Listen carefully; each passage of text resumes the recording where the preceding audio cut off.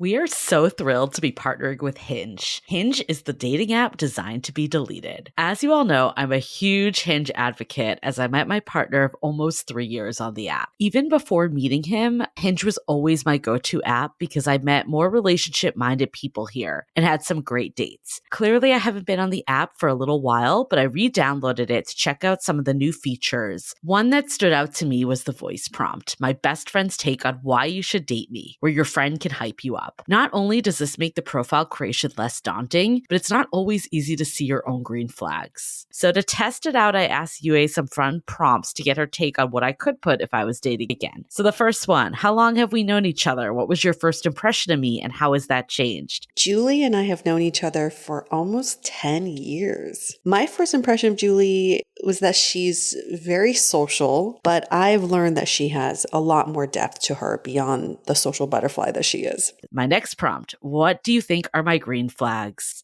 I would say she's deeply loyal. She believes in love, curious mindset, and she is fearlessly ambitious. And then last but not least, what kind of friend am I? Julie is the kind of friend who will always have your back, no matter what. Damn, that feels nice to hear. So download Hinge and try voice prompts today. Then find someone worth deleting the app for.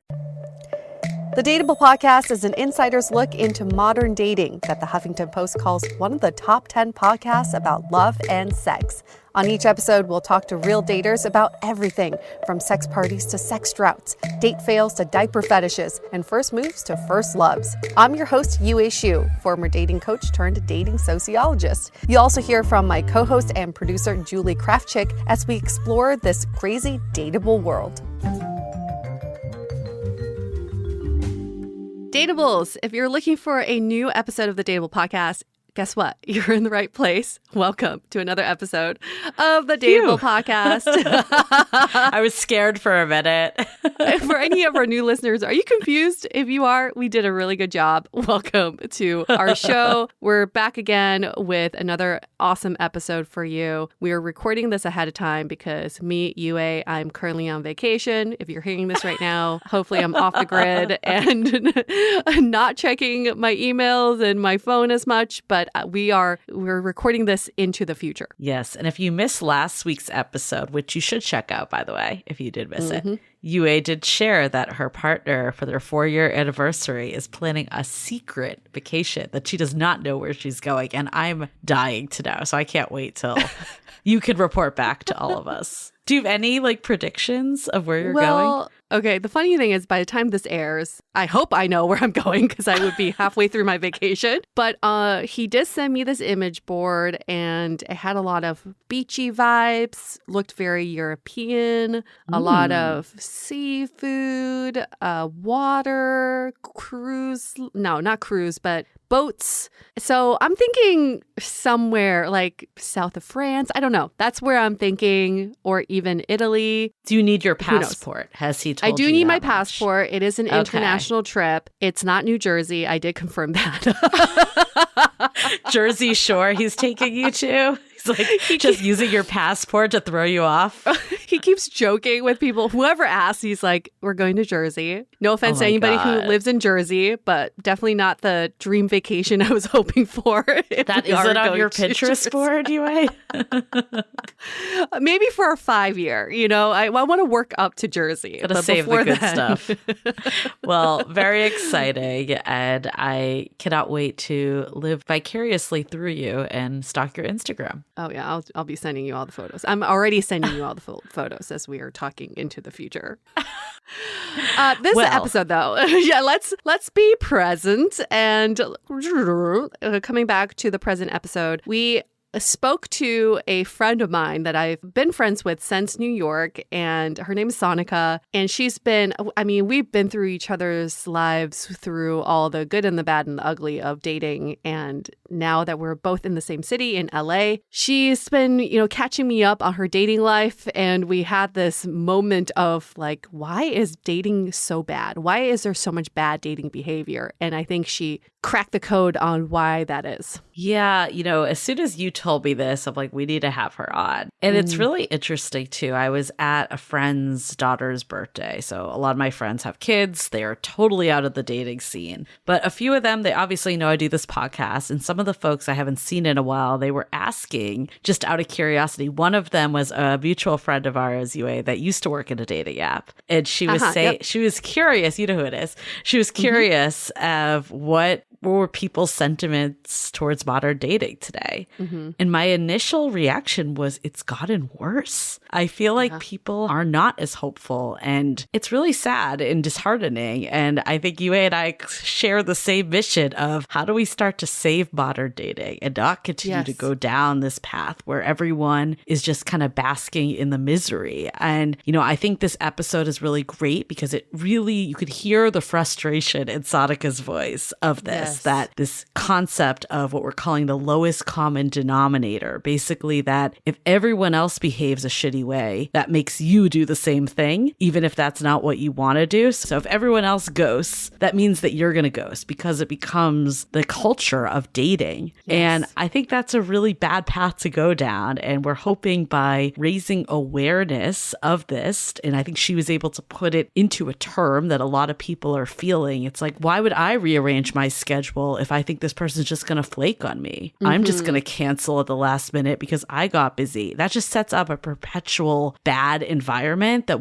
none of us want, including the people that are doing it. No shit. I mean, not all superheroes wear capes. Some wear microphones. And here we are trying to save modern dating because we truly believe we're in some sort of crisis here. If you go on social media, because we like to use hashtags, to get more views. And if you do hashtag dating sucks, it's like billions and billions of hits. But if you say better dating, and we use the hashtag better dating or how to date better, it gets like thousands of hits. That's just the difference right there, because people actually want to create more content about bad dating. How many times have you met someone else, they want to talk about dating, and the first thing they do is talk about how terrible it is, and they want to tell you about a story because they experience really bad dating behavior and they think it's entertaining at this point, right? It's so bad. And then we just feed into each other's negativity. Yeah, I mean, that was even one of the catalysts of starting this podcast in the first place. It's funny that we've kind of come full circle with making it more of a defined mission. But I remember there was this article that surfaced way back in the day of like why dating in San Francisco is the worst. I've come to realize that every city has that article. It's everywhere. Basically. But why would that be, it is clickbait, and people want to, there is this misery loves company feeling. And I think it's good because we don't feel like we're alone. Hopefully by the end of this episode, we've come to some ideas of how to move out of it. The first step is awareness with everything. And then the next step is action. So this is the challenge for us, right? When we got Sonica on this show, when we were doing our interview, it was very easy to talk about what is wrong. But then it was a very collaborative effort to figure out how do we end this, or at least how do I take more accountability for my actions so that I don't succumb to the lowest common denominator. So we hope you can join us in this journey. It's not about us telling you how to get out. It's like we got to be in this together, and we got to do this as a movement. It can't just be an individual action. Yeah. I mean, I do think, though, it needs to start with yourself. Like, yes, it needs to be collective because, it's going to get taxing and wearing if you're the only one that's doing good dating behavior and everyone else isn't. Absolutely. Yeah. But I love this quote that, to see change in the world, you need to be the first person to change. And we recognize in this episode, Sonica is the first to admit that she does the same thing she complains about. And why is she doing this in dating when she doesn't behave this way in normal life? So we do need to take that accountability. And I really do believe, as someone, that met someone on a dating app, there's a lot of people that aren't looking for the same thing as you. There's a lot of people that don't have the same level of self-awareness or emotional intelligence or all the other buzzwords out there. But it's your job to realize that they're not even worth your time fixating on. Like, just move on to find the people that are on the same level as you. And I think in a way it might feel daunting that, I know so much or I have this standard and maybe no one can meet the standard. But personally, I believe it's better to go on less dates with people that are on the same wavelength as you than continue to succumb to the lowest denominator and be with people that aren't. Yeah, because when you expose yourself to that, then you think that's all that's out there. But there are plenty of people who don't want to be that, who are trying to get out of that. And you can be part of the movement of getting out of that. When you succumb to the bad dating behavior, that's when you're a part of the problem. And this is a question we ask everyone whenever they want to tell us a bad dating story. They go, oh, I went on a date with this person and they did this. And then the question we ask back is, have you done that before? Have you been guilty of it before? And more often than not, they're like, yeah, actually, I do that. I do that pretty often. So yeah, look to yourself first. It's so easy to complain about other people, but you can control what they do. You can only control what you do. Absolutely. Don't you wish you were on dating apps right now, Yue? A funny story is that I am on dating apps. Well, not as me, as a fake profile, because oh God. I was just helping a guy friend with some stuff and I just want to see what was out there. God. And so I've been swiping for him. I've been doing some messaging for him. So I am him. I'm he. And yeah, it's so fun, Julie, to be on the other side because now I'm matching with girls, right? And I'm seeing it's the same shit, y'all. Like we say, men always say this or women always say this. It's exact same shit. Everybody does this exact same openers. Everybody makes the same fucking jokes. Everyone ghosts in the same way. They fade out in the same way. It's like so dumb. We got to stop complaining about each other because we're doing the exact same shit to each other. Did I tell you that one night I was out with one of our mutual friends and we may have had a few drinks and she agreed to let me install Hinge on my phone as her because I told her that part of her problem is she chooses the wrong people. Yeah. So I was going through on Hinge that night. Clearly didn't get too far because we were out. The next day though, she messaged me and she's like, why am I getting all these messages from these random guys that I'm not interested in? I was like, oh, you don't remember that you let me take over your Hinge? Whoa. And she's like, I don't want to do this. I'm like, okay, well, the novelty has also worn off for me, so I'm good giving it back to you. Damn. I was like, this was a lot more fun when I had a few drinks under my belt. Now this is just difficult again.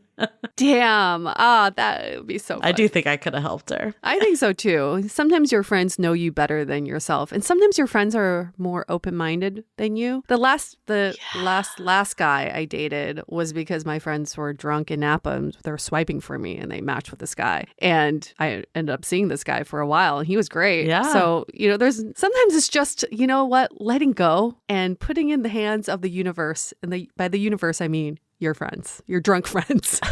The last guy that you dated too, outside of that, your last serious relationship, it was because you opened your age filters for a dating experiment we did. Oh, yes. Good memory. Oh my God, yes. And he barely made the cutoff. But this arbitrary cutoff anyways, right? It's a stupid arbitrary cutoff. It's so stupid. It's like 39 or 40. Like, what's the difference? All this stuff. It's so ridiculous. It's so weird. The things we think we know we want, the things we think we have control over, end of the day, it doesn't fucking matter. We're just swiping based on criteria that really doesn't make sense for life. Yeah, we got to contribute to an article with Bored Panda, actually, that we put in our Instagram and on Facebook too. If you missed it, you can go search for it. But it was actually really interesting because it was secrets of people that worked at dating apps. And then we also got included, which is what we know. And, I think a big piece of it, we've said this before, it's that dating apps, the way they are designed, make us focus on things that don't matter. The age filter, the height filter, all this stuff, because that's the data they have. They don't know if this person's kind. They don't know if this person's trustworthy. They don't know even if they're funny or charismatic or can hold a real conversation. We don't know any of that. So the more we can, stop pretending like the profile's going to tell us and really just focusing on the convo we have. And that is how you get around the lowest common denominator. Obviously, you need to be at the level that you expect yourself, but then you judge from the interaction. If someone's, not responding in a timely manner or seems to never want to go on a date or text or anything that's like basic consistency that's required for a relationship, then and you can move on, find someone that's operating at a higher level. If you look at the basic principles of the pickup community, and I don't like talking about the pickup community in this sense, but in the technical sense, they have this thing called mirroring, where if someone mirrors your moves, it means that they are interested in you. But we can take that principle and apply it to dating behavior. If you do the behavior that you want, then if someone mirrors that behavior, it means they like you, they respect you, and they're doing the things that you want. Instead of you trying to like mirror other people's bad dating behavior, you be the good example and then have other people mirror you back. And if they don't, you know they're not the right person. Right. We're giving dating apps just way too much power. We're giving them way too much power.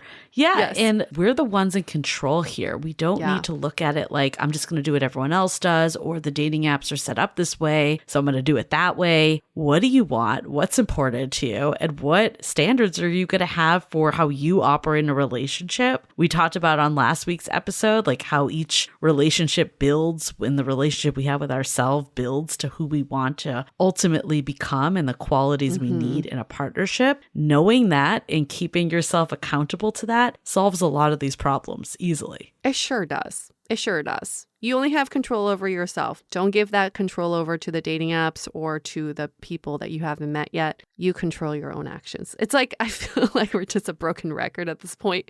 We keep saying the same things, but come on, y'all. We got to shake you. Like, I want this message to get through to you, because if we all subscribe to this belief, then modern dating would be a whole lot better. Yes. And I think too, teaser alert, we do have an episode coming up with the head of communications at OkCupid. And, as someone that found love on a dating app and that also knows the ins and outs, we've said this before too, but no one at a dating app is out to get any of us. No. They're really trying to make it easier to let you meet all these people that are on the same boat and at least being single. From there, it's up to humans and for us to do it. So I think the saving modern dating comes down to our own behaviors and the behaviors of others. And that's really where this whole lowest common denominator comes in. For sure. So we'll just have Sonica explain what all that means. Yes. And before we get into it, where there's 2,000 plus other people that are looking to save modern dating? In our Facebook group. So if you're not in there yet, go to Love in the Time of Corona. This is my biggest mystery in life, is why all the people on there are so freaking incredible, yet feel like there's no one else good on dating apps, yet they're all on dating apps. So clearly we're just not finding each other, because we know that there's good quality people that are on the apps. So it's a myth that we're not. So that's my little soapbox there. But also at Dateable Podcast on Instagram. You can connect with us, send us your brunch talk questions through DM or hello@dateablepodcast.com. Okay, and let's get into a few messages from our sponsors. This episode is brought to you by Aurelia. We are excited to pamper ourselves with some high quality lingerie. Yay! Oh my God, I could not wait to open my box. I know. Well, Aurelia is a premium curated lingerie and sleepwear subscription box with 100% 5 out of 5 client ratings.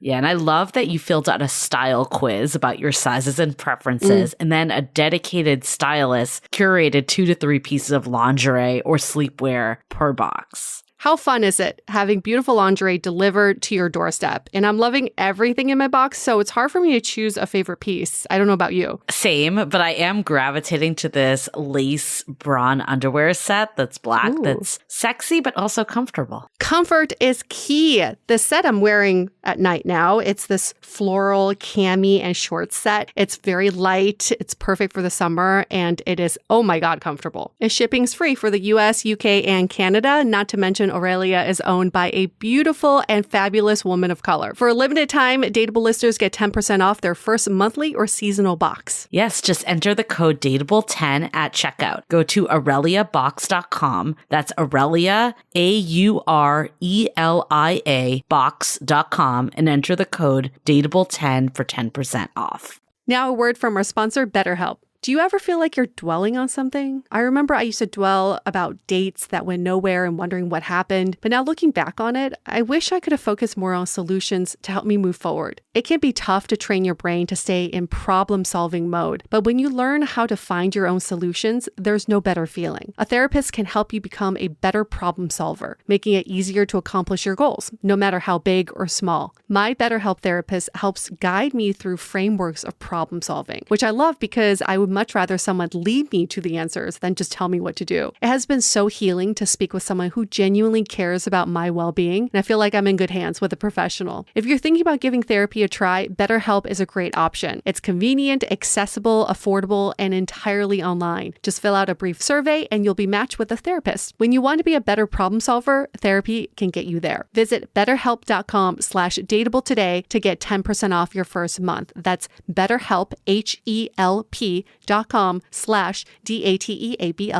Okay, let's hear it from Sonica about the lowest common denominator.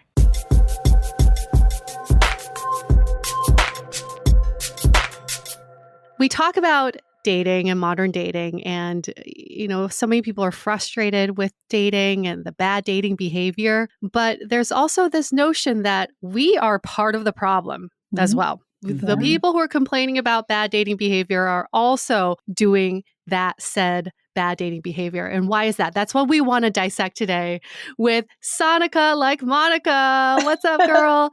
She is 38 years old, lives in LA. She was born in India, raised in NorCal, and then also moved to LA and New York. And that's where Sonica and I met. It's in New York. She's hooking up, having fun, single, and actively going on dates and dating someone, but haven't defined the relationship. Pretty much check all the situationships that you could possibly thinking of. We out there. You are so modern dating right now. Not defining So anything. how did this come about? I think I texted Julie that night after going out with Sonica and our other friend. And I was like, brilliant. Sonica was talking about how we succumb to the worst dating behavior possible, what you call the lowest common denominator, which also it's a toxic cycle where you engage in bad dating behavior and then that just begets worse and worse dating behavior. That's what we do. Yeah. And why do we do this? It's the question on all of our minds, but let's just start from that spot right there. What has been your experience with dating apps? Well, I think, when we were having that conversation, I was bringing it up out of frustration, right? I was like, I know I can be better, but I'm defaulting to this mode that I almost feel like I've learned. I'm a pretty self-reflective person, so I'm pulling apart, like, why is my behavior like this? Why am I actually, resorting to, whether it be ghosting or saying hi to somebody on an app and then just kind of like disappearing, or trying to set up a coffee date. Yeah, sure, let's do it. Oh, my life's a little busy. How about next weekend? And then just never making it happen, right? Mm-hmm. Be it you can say that dating apps are kind of like that. You're meeting somebody for the first time. You don't have to really show up because you don't know this person. They're strangers. So it's not exactly the same thing as saying, oh, in my professional career, I wouldn't do that. Oh, with my friends and family, I wouldn't do that. Because you have accountability there. You already have a relationship with those people and other things there. So it's not a perfect analogy, but every other thing I do, I'm on top of. Every other person I speak to, I follow up with. Every other new vendor in my particular job and industry, every other new contact I get through a third party that's not really like, I could message this person, have coffee with them, or I couldn't. Somebody in my life who's like, hey, so-and-so, I think it would be great for you just like touch base with them, network with them. It would be great for them to pick your brain. Would you be open to that? I'm like, yeah, sure. Let me make sure I put this in my calendar. Let me make sure I show up for this person. Let me make sure I do this stuff. And I don't do it when I start on the dating apps. I thought about it and I was like, I do it because it happens to me. And I just kind of have fallen into this behavior. Maybe it's mob mentality. Maybe it's something like, oh, well, everyone's kind of okay with this, right? The lowest common denominator. Everyone's kind of okay with this. But I remember not being like that before when I first got on dating apps or even prior to dating. And I'm definitely not like that in any other aspect of my life. Okay, so I want to go back to where you were when you first started dating apps, when you were naive and you didn't know how they operated. Like, what was your mentality then versus now? So I was late to the game because I was in a committed, like, long-term relationship with somebody when dating apps really came on the scene. I was in New York, and I was the person, I was like that friend who's in a relationship who's like, let me see your app. I want to swipe. So I do the window shopping for other friends, you know? I'd be like, oh, this is fun because I have no skin in the game here. So this is fun for me. I'm just going to swipe on this app. But I didn't have any reference to what it actually meant to engage in any conversation past the swiping. And all the jokes are about swiping right and left. So that relationship ended. I gave it a little bit of time, and I was like, okay, let's try this. I haven't really ever set up a dating app before. I've never set up a profile. I think the ones I started with, and I was bouncing around because I didn't really understand how to use some of them. So Tinder, of course, was the number one that everyone kind of started with. And then Bumble the gateway came through. Yeah, the gateway dating app. Then Bumble was next, which was a little better, especially for somebody like me, like to have some control and be a little safer in the dating app world. I think that's how it kind of positioned itself on that spectrum of dating apps. And so I'm, again, trying this out. Like you said, Julie, totally naive. I'm just swiping. I'm like, yeah, great. Oh, this guy. Cool. We matched. Hooray. And I'm like, how's it going? What's up? I'd look at the profile. I'd study it. I'd come up with some really witty quip and like a funny something to say back to him, or like some other nuanced, oh, I see that you referenced this obscure movie. I also watched it too. And then I'd bring up a line that was even more obscure to connect. Wow. Zero. Nothing came back. And I started explaining it to some of my friends. I'm like, I don't know. I think this is a really funny one-liner that I came up with, or whatever it is, to attract some attention. And I started getting people responding to me saying like, you are trying too hard, or you are being too funny, or you are too funny. Wow. You're coming at it. He has nothing to say back to you, right? Like you're connecting too much. Too much. Interesting.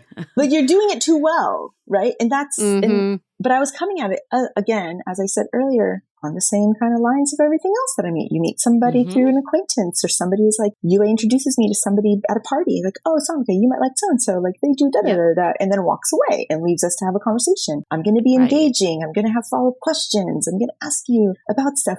So I was using the same tactics in these dating apps, and I was not getting any responses at all. Or the responses were kind of like, well, what are you doing now? And I'm like, well, right now I'm not. I don't know what about that means. witty line I just sent you? Right. You're like, we had a connection. So nothing was really happening in that end. And I was told I needed to dumb it down. That was the big takeaway. Dumb it down, Sonica. You need to dumb it down. Like you're making it work too much almost, right? Like you're putting in the effort too much. So then I started with that. And then over the next few, whatever it was, like weeks, months, however, I was going on a date here, maybe not, and maybe connecting. And then it started to fall through. But I was in New York as well. So taking into consideration, I think you guys talk about this on your podcast, different cities and the way people date in different cities. And in New York, everyone's kind of like, hey, I'm at work. I've got a really busy day, and I can make happy hour on Thursday in this neighborhood at 6:30. We can meet at this bar on this corner because it's on my way to whatever. 15, which is totally cool. Not a problem. I was down for that. That's great. It fit in with my lifestyle too. And then, I think somebody was like, hey, something happened at work. I have a meeting that I have to prep for tomorrow. I can't. I have to stay late. And I totally understood it. Same thing happened to me too. So I was like, don't worry about it. No problem. And then that just kind of fizzled out. Okay. Nothing personal. Nothing happened there. So it wasn't a big deal. But then I started using that tactic too. So when I was like, I'm like fried from work, or I have to stay late, or like I'm going to be like running to get to this date, and I don't know, like, oh yeah, tomorrow I do have to get up to do that presentation. Let me just use that same perpetual cycle is what this is. Something came up with work. I just have to do this. I want to meet you maybe another day. And the other person on the other side, totally cool. I get it. It happens to me too. Right. And then they probably do it to someone else, right? And then just never went on dates. Right? Because it just continued to not go on dates. Then it turns into the longer you're on apps, and you go through ebb and flows of being really bitter and then being hopeful and being bitter and being hopeful. And the pendulum continues to swing back and forth. But then I started just doing the ghosting thing. Then I started just like connecting, chat, sit on there 30 minutes, an hour of texting back and forth on the app one night when you match this and that. Let's talk about everything. Hey, do you want to like get a drink sometime? Like, yeah, sure. Let me check my schedule. And then never wrote back to that person again. But I would do that, and they would do that. And now we're just doing this dance.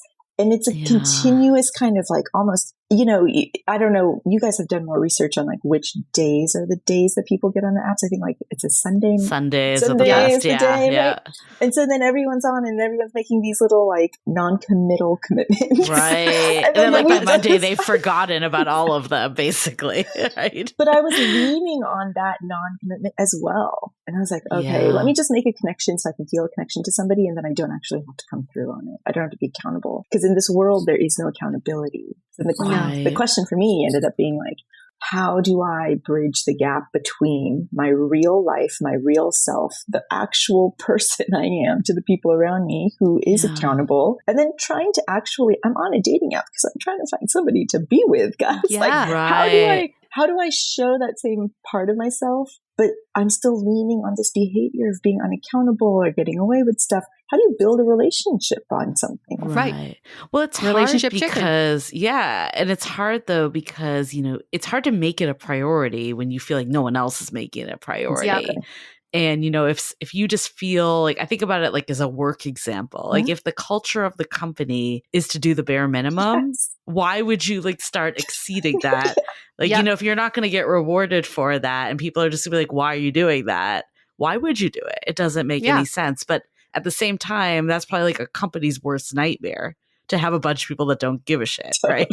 Yeah. And it's interesting because it's a stalemate. Nothing happens. But for some reason, we hang on to that initial match, the initial connection, the initial conversation gets you a little riled up, only to set you up for disappointment. Right. And we do this to ourselves. We do this to other people. My favorite quote is, we're all each other's consequences.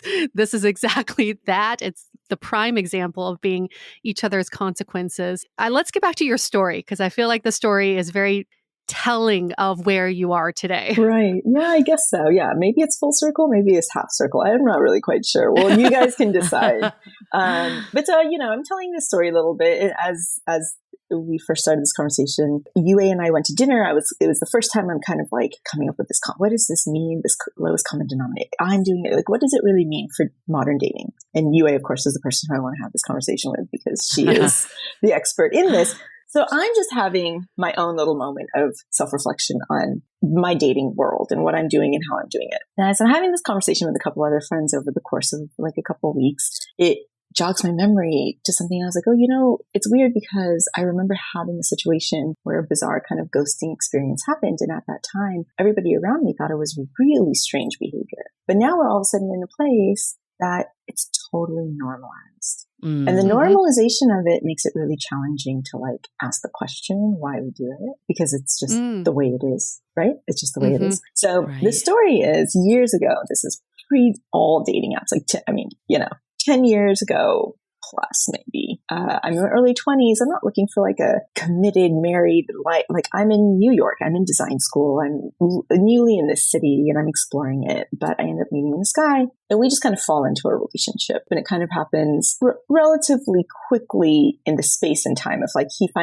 we met, he didn't live in New York. He ended up moving to New York within a couple months and we had kept in touch. And so by the time he moved to New York, then we just kind of like were together because we had been in touch, but we had never really set it up like when you get here, we're going to be in a monogamous relationship. It just ended up that way, but it was a committed, totally official boyfriend-girlfriend relationship. And we had a great time. Lived in New York, went to like all of the Brooklyn rooftop parties during the summer, just that great, perfect, just non-consequential relationship. But it was everything that we both wanted. We get closer to about the 1 year mark, I would say, of us being together. And at this point, like I've met his mother, we've like done Christmases and not with family, but with each other, Christmases and birthdays and things like that. So at some point, his behavior starts to change a little bit. We have our own issues that we're kind of getting through. And then at one day, I never hear from him again. And that was it. He doesn't respond to my text messages. And we've been in conversation, obviously, every single day for a year. Like we text each other all the time. We're boyfriend and girlfriend. And that's it. And that's it. Never hear. He doesn't respond to text messages. I email. I'm like, hello? Are you okay? What's going on? Like, yeah, what's happening? I'd be concerned. Someone's like dead or something. Yeah. And so, of course, like we have some mutual connections, but not really. And so I was like, well, I'll just stop by his place, like ring the doorbell. His roommates are, like, hey, what's up? What's going on? Ring the doorbell. His roommate, was on the buzzer. I'm like, hey, it's here. And they're like, oh, no, he's not. I was like, oh, he is. Okay. Like, I know that he's up there and you're just covering for him. So it just kind of went on like that. And it ended in a way that was just so strange and so bizarre. He didn't really break up with me for whatever reason. Like, I can look back at it now and I can understand, like, we were young, or he didn't have the capacity to, or he didn't have the words, whatever it is. Like, that stuff happens. But I remember specifically when I was obviously heartbroken, obviously very distraught. It was a traumatic experience, all of that. And I was telling the story to other friends, because friends would be like, hey, how's your boyfriend? I'm like, he's not my boyfriend anymore. Yeah. I don't know. Don't know what happened to him. I don't know how he is, actually. I'm not sure. The ghosting wasn't even a word I used. I just said, like, I just don't know. Mm-hmm. He's just not responding to me anymore. And every single person I spoke to, whether it was a girlfriend or a guy friend or friends who were a couple, you know, like, every single person was like, that is the most bizarre behavior I've ever heard. How could somebody just not respond to you that you've been with, that everybody knew that you were together? Yeah. So now, and I honestly, I really hadn't thought about that relationship in a long time because it was such a long time ago. But I was like, oh, back then that was like crazy. And now every day it's like, oh, another ghost, you know, like another ghost. I mean, I think a big piece of it's the normalization. I mean, there's a few things that are standing out. I love your thoughts on this, Sonica. It's like the normalization of all these terms gives it a word. You said that yourself. Before there wasn't a word. The anonymity of the internet, I think, is a big piece of it too, that makes it just easy to do this type of thing. Like, what else do you think like is part of the reason why this is the norm now? I mean, I think there's a little difference. Like, I would still argue that maybe like a year in, that's pretty shocking. Yeah, that's still even shocking today. Yes. But I see your point of like ghosting as a whole and someone just disappearing in the midst of the courtship or budding romance isn't news anymore. Like, people wouldn't bat an eye at this point. Like, why do you think from your experiences with the lowest common denominator that like this happens more in today's world? I think that you hit the nail on the head. I think it is that, you know, we're inundated with such a high level of quantity or choice because of the digitization of dating and that that ability to set your region. You can be 5 miles or 105 miles. Like, how many people do you want to cast your net out to, right? And so that, along with just not, you know, I think we live in a society that's very disposable in a lot of different ways. I think that we live our lives that way. And I also think that the higher count, the higher number of options makes it extremely difficult to make a decision, right? So if you had to choose between 3 different dishes to eat, you'd make a choice pretty quickly. Like, oh, I know I want this. If you had 17 different dishes, it'd be a little bit harder to be like, well, I'm kind of in the mood for a lot of different stuff. So, you know, where do you draw that line as far as what you want in your life and then how you're going to show up to it? So that's the conversation. That's kind of the question that I was asking myself, like, how am I choosing to show up to this now? Like, this is the way it is. This is modern dating. This, the nets are cast however wide they are, you know, however many people you're catching. What is it that I want to do here? And how do I want to experience this? And what's the intention that I have in this? Because obviously I don't align to ghosting. That's not how I am in my real world. That's not how the kind of partner I want to be to somebody who I potentially could meet in this way. Well, you also brought up something else that's very interesting, is that when we put a name to it, it's harder for us to ask why it's happening, or even to call out someone for it happening, because someone's answer is just, that's the way it is. That's the way modern dating is. And we created this culture where we see that as the norm of everyday dating behavior, kind of like you come to the US, you throw up your middle finger, that's a fuck you. Oh, okay, that's part of culture. Like this ghosting is now that, you know, middle finger, like, oh, that's just what you do. Nobody questions why you do it. So where are you now? Now that you're at a crossroads. Yeah. Do I want to show up as my most authentic self in dating? What are your latest takeaways? Yeah, I mean, you know, it's a day-to-day thing, right? Because it's a decision you have to make every single day. And so that's challenging. I think that it's hard because, and I feel like you've spoken about this on the podcast before, when you feel like the only person, is a very lonely place to be in when you're like holding yourself to a standard that the community doesn't hold itself to. And that's what's frustrating, even in getting advice about dating or these ghosting type situations, whatever it is, constant feedback is, oh, well, you dodged a bullet. Oh, well, if after a week, if he didn't get back to you, if after a month he didn't get back to you, if after 3 months, it's not just a he or she thing, right? Like I'm gendering it because of my perspective, but whoever that person is, after 6 months, all of a sudden it just ended. We were like working towards, I thought we had a relationship. We were whatever it is, it stops. Right. That is still, oh, well, you dodged a bullet. Oh, good. Okay. Just like get back on the horse, get back out there again. And I don't think that makes sense for the way we exist as humans. I think that you need time to express and, like have these emotions, and it's totally okay to be upset about stuff like that. And it's totally okay to say like, that's not okay. Ghosting is not okay. You have to have some accountability and you have to be able to speak to it. So as hard as it is, you try and have those hard conversations. You try and say like, hey, this is how I'm feeling. This is where I'm at. But even those get really nuanced, right? To what degree do you call somebody up? Do you text them? Do you like, hey, let's go for coffee and I'm going to break up with you? Yeah, and have you done any of those? Like, have you had those combos? No, I mean, in a bizarre way, I was thinking about this earlier today. I don't know if it's just because it's summertime and, like everyone's out, like it's a little bit different now, but I almost lean towards now, and it might be a product of just being on dating apps for as long as all of us have on and off, just going with the flow, rolling with it, like not necessarily having to have really hard conversations until it gets to a place where the feeling is more than it is, which makes the courtship thing feel very free, but also a little bit like nondescript, like anything can be courting and we can go on a date and then we can also just never see each other again. And I have to be kind of okay with that all the time. Like I just have to be okay with never really connecting or never really holding on to a connection. And that's really bizarre to me. Yeah, I was going to say, I feel like this is where I'm like, my mind is racked with this whole thing. Like, I'll take the example with your friends. In some regards, they're right. And in a lot of regards, they're wrong, I think. Like in some, I see why they said to you what you're doing, because we hear this a lot from people in our community and listeners that it's like, I can't even imagine if you spent like an hour crafting a perfect response or even 10 minutes, whatever it is. And then that person never replies to you. That's so discouraging. It's just not a good use of your time. And the reality is with dating apps, you don't know where people are. Like there's people on dating apps that may be so far into seeing someone that has zero to do with you. They're just not even checking their dating apps, right? So there's so many nuances there. So I see what they were saying of like, you're trying too hard. You're doing that stuff. But then on the other side, I think you're being too much and like you need to dumb yourself down is not a good message. Like that should not be how we're approaching dating, just to like you're saying, succumbing to the lowest common denominator. Like in a way, in an ideal world, and I'd love to see if we could talk of like how we could get here. Like I feel like if you are being authentic in yourself and doing the stuff that makes you the wonderful person you are at all parts of life, like that should let you rise to the top and filter out these people that aren't doing this. What are your thoughts of like, how can we use it maybe as a positive opposed to just saying like, I'm not going to do the too much? Yeah, I think that it actually has a lot to do with,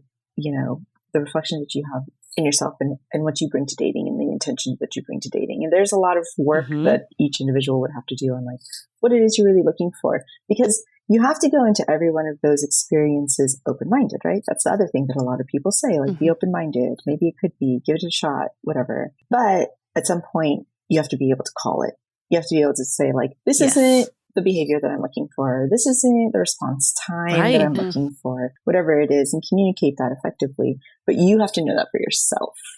And I think sometimes people don't know that because they get upset about certain things, or they get upset like someone has responded or hasn't responded or not in the right way, or we met up and then nothing happened. And it's like, well, where is your line drawn? What is it that you're looking for in your dating life, in your dating experience?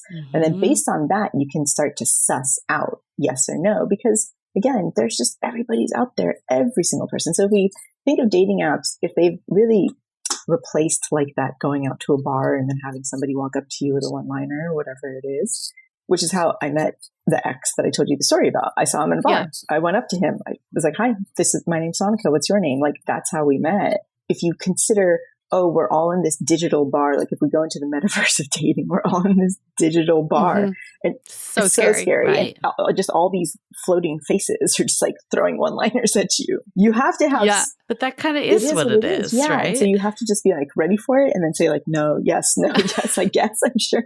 But the line that you draw, you being whoever the person who's dating is, right, is I'm okay with this behavior, I'm not okay with that behavior. And then you kind of have to suss it out from there. But it's all work. It is. I think discernment is the biggest skill that you need in dating this day and age. You know, like I think there's so much emphasis of being chosen or having someone respond to you or, you know, putting it on them, but it really is like us driving it. And, you know, on one side, I do think some of this is a byproduct of dating apps. Absolutely. I'm not disagreeing on that. But then on the other side, are we holding dating apps to a higher standard than real life? When you think about that bar situation, like there's probably people that come up to you that you don't want to talk to. I remember being guilty of this. Like guys would come up and I would just be like, I don't want to talk to you right now. You know, like how is it really that different? Like whatever reason, we do hold it to a different standard. Yeah, because it's called dating apps. Yeah. And they're not called dating bars. You know, right. And that's or the bars, problem, right? Like dating. I feel like it's because the emphasis on dating so much. Yeah, you don't have that perspective or mindset or focus when you walk into a bar. Sure, it'd be nice to meet someone, but that's not the only reason why you're at a bar. But the only reason you're on a dating app is for dating. There are absolutely no other reasons why you should be on there, unless if you're a bored married person just lurking. That could be the only other reason. God, you have to suss that out too.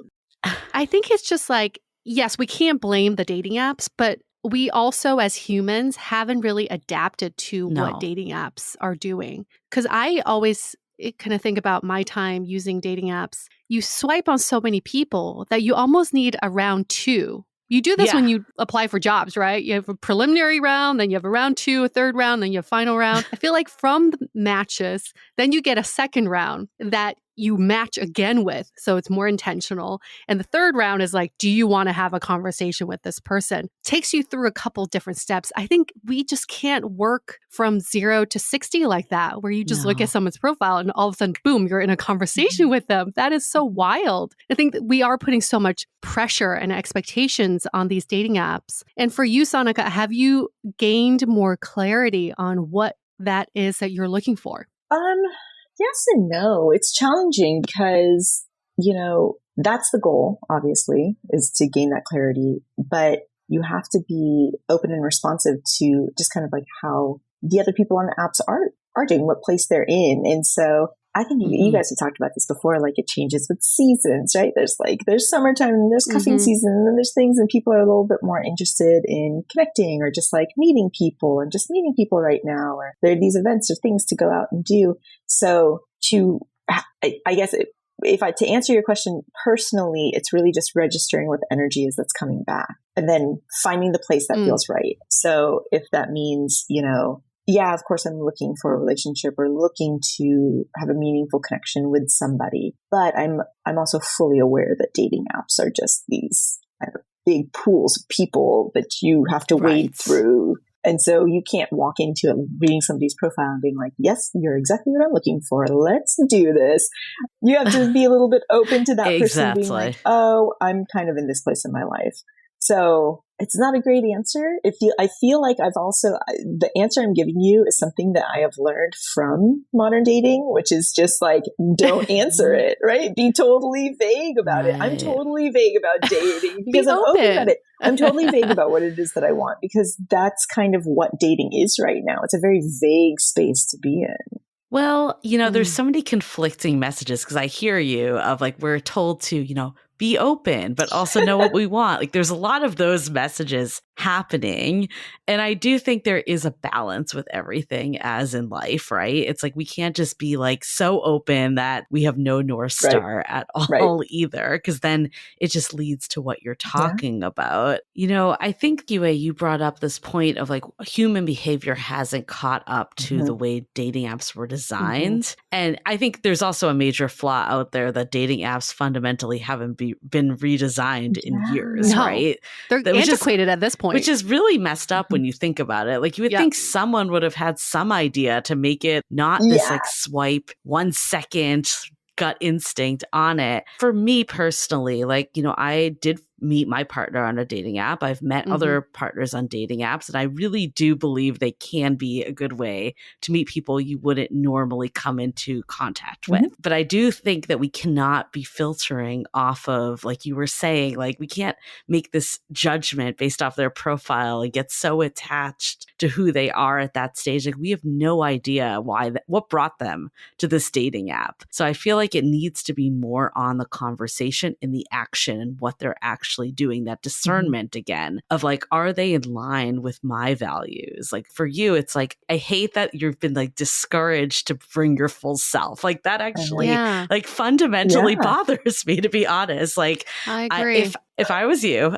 I would go be like, fuck it. I'm going to bring my full self. If I'm the type of person that makes plans, like I'm super proactive and makes plans, I want someone else that does that too. And if I don't see that from that person, then I'm going to move on to someone that does. So instead of being like, I'm just going to fall to what these other people do, like how can you use your gifts almost as like a filtering mechanism? Right, exactly. And I think that's what I mean when I say like starting to date with intention, kind of having that, like it's almost it's kind of a subconscious feeling. If you match with somebody on a dating app and you start to have this conversation, whatever it is, and it feels like it's really organic, the most successful experiences I've had is, and I'm usually the one to be like, I get a lot of questions about my name, Sonica. Oh, yeah, and it's so many. You need a line. Somebody needs a line to like ask a question. Yeah. Throw them a line. I like it. And so I'm like, oh, well, I'll tell you the story about how I got my name or what it means or whatever it is, like over a drink sometime. And so I just throw it out there immediately. And it might also come from doing the dating app thing in New York initially, because in New York it's just like, hey, are we meeting? Are we not meeting? Like that's just kind of the conversation right now. Like that's the way we have to move forward with this.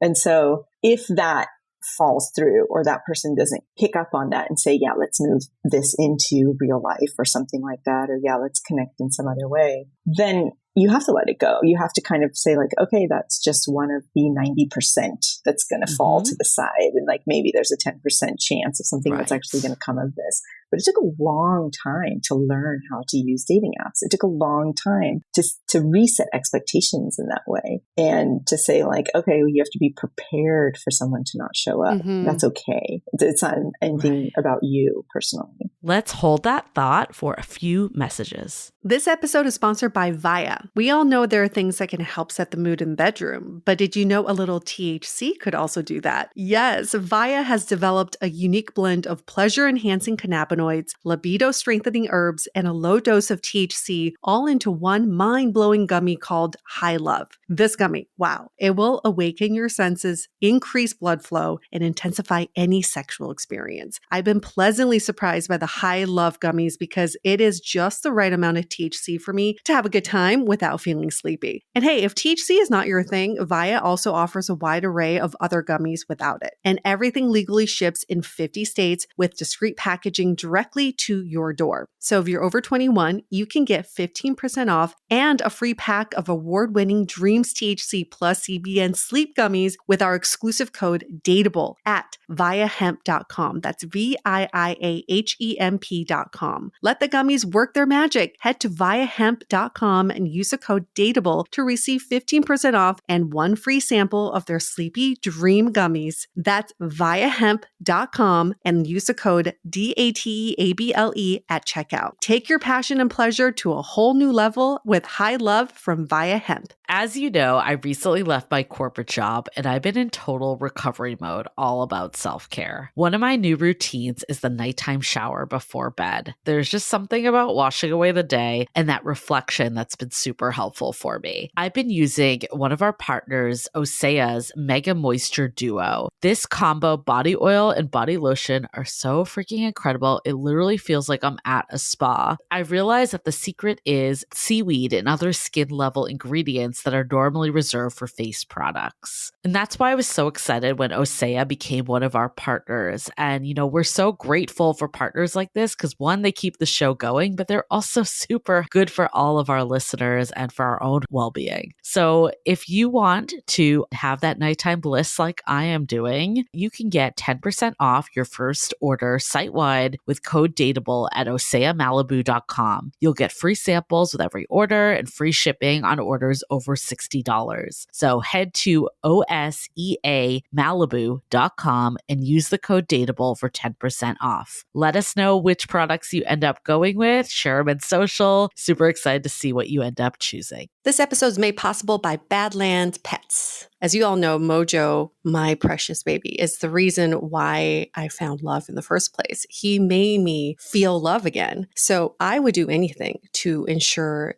his health and longevity. And actress Katherine Heigl and I have that in common. She's helped save over 16,000 dogs through her foundation. And after doing a ton of research, she feels there's one place we can look to improve any dog's health, and that's their food. So fortunately, she found that just by adding a few special superfoods to her dog's food, she saw huge transformations in their health. So she's made a 20-minute video explaining step by step how anyone can do the same thing to see incredible changes in their dog's health. I've definitely re-looked at what I'm feeding Mojo and making sure that, hey, he only has one life to live, and I want to make sure it's the best damn life. So if you want to keep your dog healthy and happy, go to badlandsfood.com/dateable and watch Catherine's video right now. Again, that's badlandsfood.com/dateable. The song and dance here that I hear is you want to be authentic, but you also don't want to get your hopes up.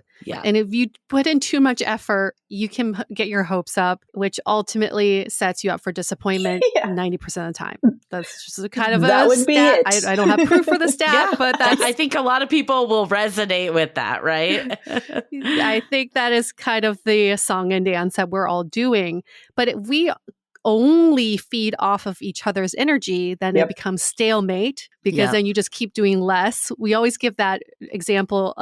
Julie and I joke about this. It's like if you wait an hour to text them back, they wait 3 hours, and then it's like I waited 6 months to text this person back, just to show I have the upper hand. And at the end of the day, it's like, do you want to be in a relationship with someone who texts you back 6 months later? No, you don't. So I think what is nice is, in my experience, I've had people to ask me to meet them where they are. And what I mean by this is, I remember this one time, I was supposed to meet up with this guy for a first date. And I had one of those days at work where I used that excuse, just a really long day at work. I'm a little tired. I think we should reschedule. And he said, that's fine. I totally understand. But just so you know, I made the effort this time. So if you truly want to see me, you will make the effort to ask me out.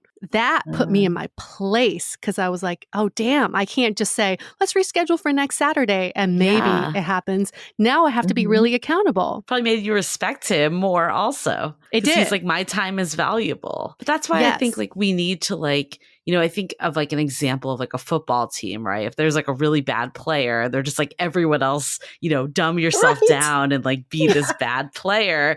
That's not going to be the winning team. It's we almost need to let the bottom feeders rise up. So I love what you're saying, Yue, of that guy kind of putting you in your place. How can we do that in dating? Understanding, I think there's two sides of this. This is probably the extreme contradiction, but it's on one side, we do need to remember that we don't know these people super well. So maybe immediately asking them out is too much. Maybe it's easing in of having it be more collaborative of what can we do to keep this momentum going? Maybe it's, we do a video first or we do a phone, whatever that may be. But then also if they're not willing to do that and they just want to chat endlessly, it's hey, I'm on dating apps to meet people eventually. I understand if you need a little time to warm into it, but if that's not going to happen, then this probably isn't the right fit. And then you move on, but you do it with dignity. You're not just ghosting. I think that's the only way out is if we ourselves, each person at a time, goes in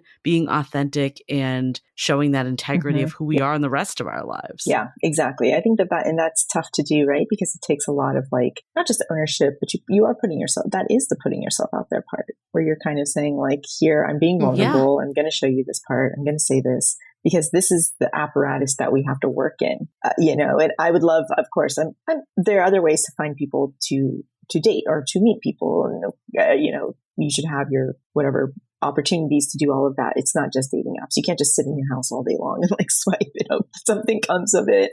But this digital form of swiping and then trying to connect with somebody puts you in a position where you do have to like you were saying, you open yourself up for something, but you're not really sure where you're going to get what you're going to get from it. And then there's this back and forth that happens because the vulnerability is really challenging there.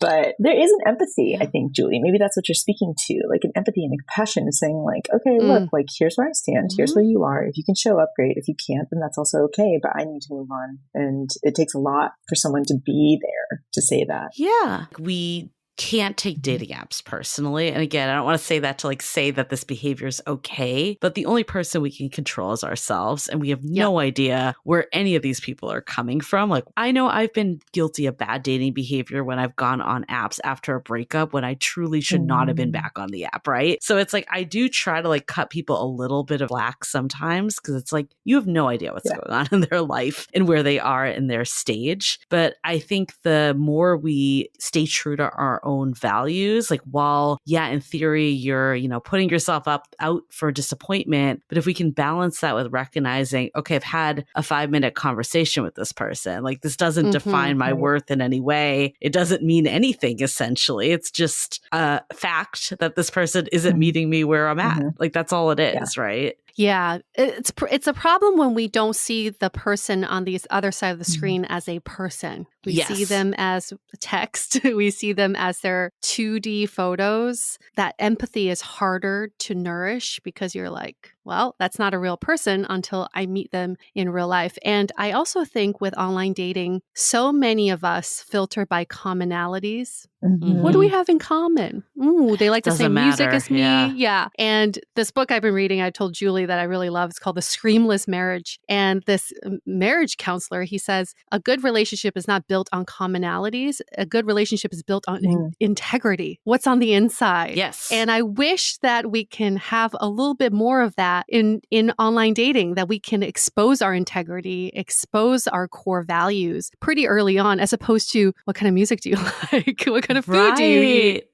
The thing is though, okay, so Sonica, you're clearly dateable because you've been listening for a while and you know the ins and outs, and we're doing this convo. But again, this goes back to empathy, as maybe some of these people are just succumbing to the lowest common denominator, like you are guilty of doing, right? So maybe we can go into it of, I don't know where they're coming from. Maybe they do have this integrity, but they're trying to hold their cards or they're trying to play the game or whatever it is. But I guess what I'm trying to say is like, I think we sometimes maybe need to take a little more control in dating apps if we've been enlightened. Like we need to be the ones that say, okay, I'm not going to text for 2 weeks nonstop with this person, that this is a giant waste of time if they're never going to meet up with me. I'm going to throw out that I'd love to talk on the phone or meet up. And if they don't meet me, then I know. But instead of waiting for like them to be a mind reader and make those moves, I think so often, and this is like tied to gender roles forever, as women especially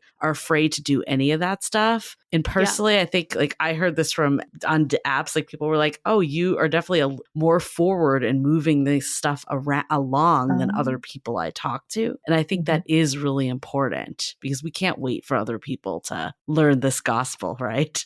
And it's funny that we're saying this to Sonica, because as someone who's known Sonica for so long, she's like the ultimate girl boss. She's like the ultimate, I will go talk to this guy. I will get the job. I will do this. I will get the things I want. You've been so brave in your life in every aspect that it just boggles my mind that we are stating these things that are so core to who you are, just not in dating. That's wild to me. But that's what shows that anyone could fall into this, right? Yes, it's like the perfect example right there. That's exactly what my frustration is, because it's the application of these, the way that we're dating now. It's the way that modern dating is, in that you have to use these apps, and these apps don't fulfill the same level of what I bring to every other part of my life. I cannot force any of these people on these apps to rise to that level. I can only hold myself to whatever it is. And at the end of the day, because I'm doing all this stuff that you're saying, Yue, I'm on this app and somebody's giving me 10%. I'm like, okay, I'll give you 9. I don't have what it takes. Like I can't come at it with 100% all the time, every single day, and like consistently have this like just it's frustrating as a person who is proactive in every other part of their life to have only this tool, which is, in my opinion, inefficient. So I would argue, though, you can make it efficient. You're saying it's an inefficient tool. I would argue, why even talk to the person that's only giving you 10%? Like, why even give them 9%? Just give them 0% if they're giving you 10%. Like, I think that's the only way out of it. Like, not to like diminish the frustrations with apps, because I know a lot of people share this, but it is what we make it at the end of the day. And, you know, like some of this, not to say to justify bad behavior, but this is the world we're in. And if the option is we just don't do it, which, you know, if that feels right to you, then that's definitely an option. But it also feels like we can decide how we use it. I know personally for me, I was not spending a lot of time swiping when I met my current partner. And even my partner before that, I was really using it minimally, only with people that were meeting me where I was. So I think a lot of it's how do we interact with the apps also. And like we've said, we're the only ones that we control. That's the big takeaway, I suppose. So do you find yourself using apps differently these days? I've kind of decided to use them as like auxiliary. They aren't the primary, right? And I think that we've been conditioned to believe that apps are the primary way to meet somebody. But maybe because COVID caused us to stay in and now there's an opportunity to go out. I think that I'm feeling the energy differently. I think that people on apps are like, yeah, sure, let's connect here. But what are you doing outside your house? Where are you going to do something? And it feels a little bit more open to just be in a space and make a connection to somebody. Also, I was just traveling recently. And so, of course, jumping back into traveling, and I was traveling solo for some time, it causes you to be obviously vulnerable a little bit out there, but you recognize how quickly, if you just go to a bar by yourself, somebody there is going to connect because you are open and there and you're just kind of having a drink and chilling and hanging out and nothing has to be anything. But I was able to make really cool connections with people while I was traveling alone recently. And they're great memories. I don't have to date these people. We don't have to connect and be friends forever, but it was a cool moment in time. And if you can bring that back into your life. So the dating app itself is just an auxiliary, like another component of your dating world, and you're doing other things, then I feel like that's going to hopefully open my experience up to other opportunities. I think you can bring that mindset, though, to dating apps also. Like we've talked about this before. It's like, what if you just look at it like, would I invite this person to a house party? You know, I'm going to just talk to them like I met them at a house party.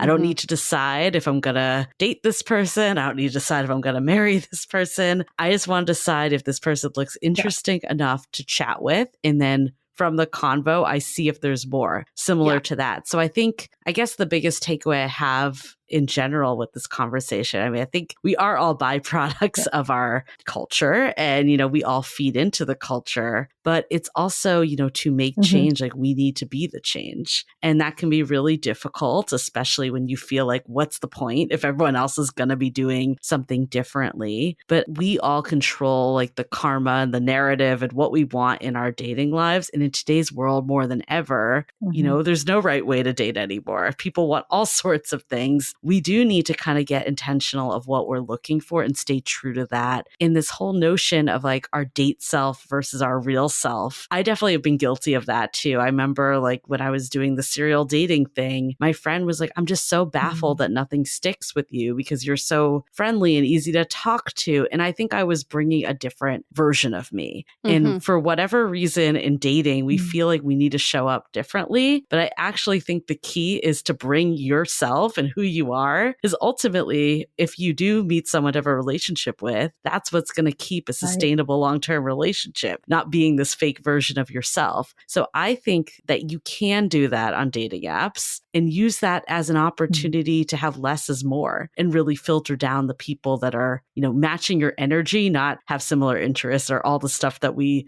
judge compatibility on today. Yeah. It's huge to think about. This is in our power. And for some reason, we kind of talk about dating apps like it's out of our control. Yeah. It's this monster that was created and now we're part of the system. Actually, no, we created the monster ourselves. So therefore, we can kill the monster too. And like you said, Julie, if we can be the agent of change because we are part of the problem. So if we can identify we're part of the problem, we can be that change that it's needed. I remember this time when I was seeing this guy, loosely seeing this guy that I really, really liked. I was so smitten with him, and he hadn't texted me in like 3 or 4 days. And when he finally did, I wrote back with a 1-word answer. I think he said something like, "How has your week been?" And I said, "Fine." And didn't hear from him again. And I remember just thinking, looking at myself in the mirror, I was like, who have I become? Right? This dating zombie. Like this guy I really, really liked. I waited 3 fucking days for him to text me. When I last time I checked, my fingers are working. I could have texted him myself. And when he finally does text me, I reply with, "Fine. What is wrong with me?" So maybe we should just all look in the mirror and ask, is this the person I want to be? Who have I become as a byproduct of dating? It's definitely easy to blame dating apps, easy to blame your city. And, it is harder work to actually get clear of what you're looking for and, almost have that confidence to be like, I'm only going to pursue things that match what I'm looking for. And it's easier to, wait passively, wait to be chosen, wait to have that response or whatever. But ultimately, like, we need to move in the direction that's going to serve us the best. And I think especially as women, we often feel selfish doing that a lot of times, but we have to be our own agent, essentially, an agent for change, which will help everyone, hopefully. Yeah, I absolutely agree. I think that, and I think that unfortunately, and you're right, you can't blame the dating app. So you have to show up to whatever it is. You have to control it. You have to be your agent of change. But that still means you got to walk through the muck, like you're in it and you got to get through it, and you got to go through it to get through it, I guess. Yeah. Like that optimism, it can be really difficult when things are, not going your way, but just being like, this is all part of the process. This is just getting me to where I need to go, and really believing that. Like, I had a medium that we had on our podcast that was said, and I think this really helped this day of, you're going to go through a really rocky time, but at the end, you'll meet your person. And that kept me going. And, people can believe in mediums, not believe in them. Maybe you don't have that, but you need something that keeps you going. And we can't let these people along the way discourage us and make us feel like less than and dumb ourselves down. I think anything that removes our authentic self is not a long-term strategic approach to dating. Yeah, absolutely. It's a learning curve as well, right? Like learning how to date on these apps and then learning how to kind of explore at what point do you show up in all of those different facets of who you actually are. Right. Well, don't give in to the bad dating behavior.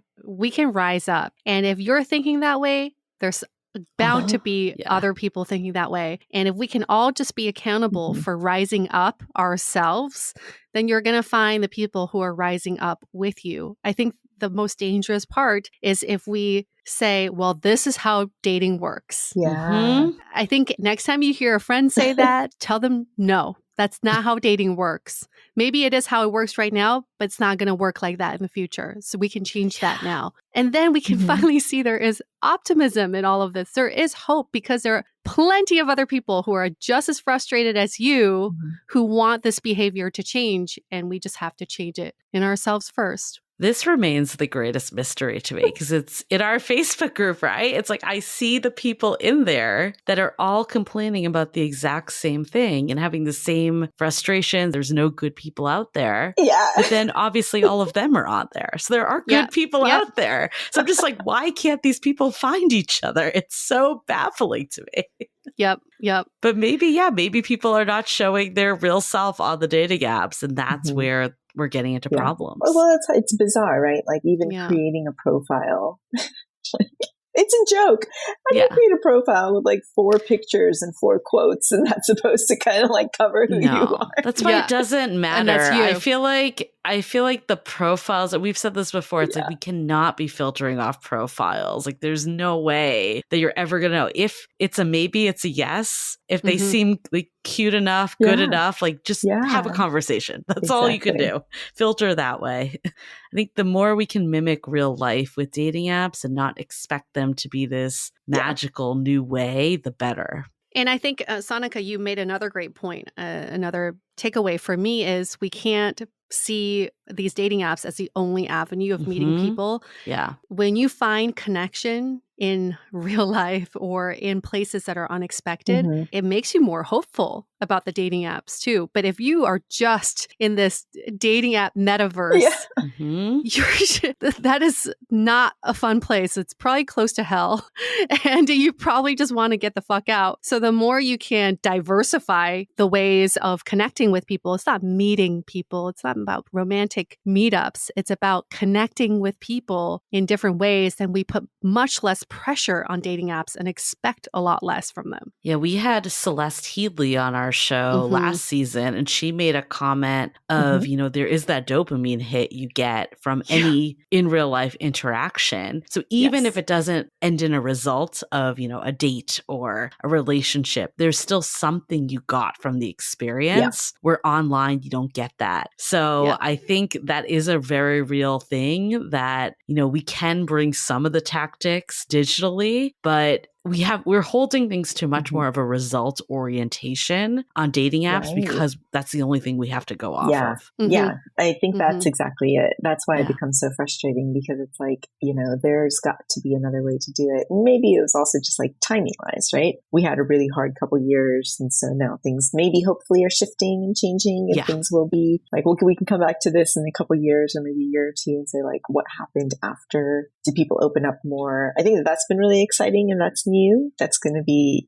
you guys have talked about it before too. It's like, how are people going to change their behavior? Because all of a sudden they were forced into something where they took for granted the opportunity to be able to date. And now it's like, no, actually, I do want to make a connection to somebody. Let me take it more seriously. So I think regardless of where we meet people, though, the real common denominator is ourselves. So the more we can, be really authentic of and intentional of what we're looking for. I know intentional is such a buzzword, but I do keep holding on to it because I think we do need a direction. We can't just be roaming endlessly in today's world where there's so many potential directions. We need to have somewhat of a guide, but stay open to the possibilities. The question is this LCD? Is this the lowest common denominator behavior I'm doing?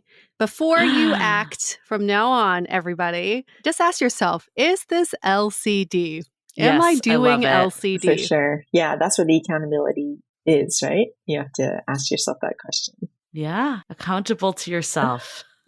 Fabulous. Any other takeaways, last words? No, I think that was a perfect one. Is this, you have to, I think that was it. You have to ask yourself that because that sums up all of the things that we were talking about, right? Like showing up, being there, having intentionality, like what is it that you're looking for? Being able to set the bar for yourself as well. Is it the lowest common denominator? Are you defaulting back to something because somebody else decided it's okay for that to be behavior that's allowed, right? Yes. Yeah. Well, I'm so glad you came on the show, Sonica, because I feel like you put into words what a lot of people have been feeling, thinking, and haven't been able to explain because it is the perpetual cycle and we really just need to start getting out of this cycle or it's not a good place for dating. Totally. Yeah. Right. Like as dating anthropologists, as you guys are constantly thinking and looking at what that landscape is, what's on the horizon as far as modern dating, like that's why I was speaking to you about it. Because I was like, this has to do with like societal shifts. This has to do with social contracts. This is like unspoken. That's the thing that's occurring. How do we rewrite this unspoken social contract that we've all fallen into? Ooh, I like that. I like we that. Definitely need to reverse it. That's for damn sure. Well, thank you so much, Sonica. This conversation just reminds me of all of our drinks conversations and more to come for all of our listeners. We will also want to hear about your LCD stories, your ideas. We need to crowdsource ideas of how we can rise up and really get out of the bad dating, toxic behavior that we're seeing today. So thank you again for being part of the conversation and for being part of the movement. Right. This movement starting. This is a movement. We're starting today, right now, the three of us, and more people are going to join this movement. For our listeners, we also would like for you to join the movement. A way to do that is to leave a rating and review in Apple Podcasts. 5 stars, a little something about why you like us, because we really like you. So hopefully this is a reciprocal relationship and we will never resort to LCD with you. We're constantly rising up and trying to bring you even better content every time. And you can always reach us at hello@dateablepodcast.com if you like to tell us an idea you have for a show or be a guest on our show. Okay, we're going to wrap up this episode. Stay dateable. The Dateable Podcast is part of the Frolic Podcast Network. Find more podcasts you'll love at frolic.media/podcasts. Want to continue the conversation? First, follow us on Instagram, Facebook, and Twitter with the handle @DateablePodcast. Tag us in any post with the hashtag StayDateable, and trust us, we look at all those posts. Then head over to our website, dateablepodcast.com. There you'll find all the episodes as well as articles, videos, and our coaching service with vetted industry experts. You can also find our premium Why series where we dissect, analyze, and offer solutions to some of the most common dating conundrums. We're also downloadable for free on Spotify, Apple Podcasts, Google Play, Overcast, Stitcher Radio, and other podcast platforms. Your feedback is valuable to us, so don't forget to leave us a review. And most importantly, remember to stay dateable.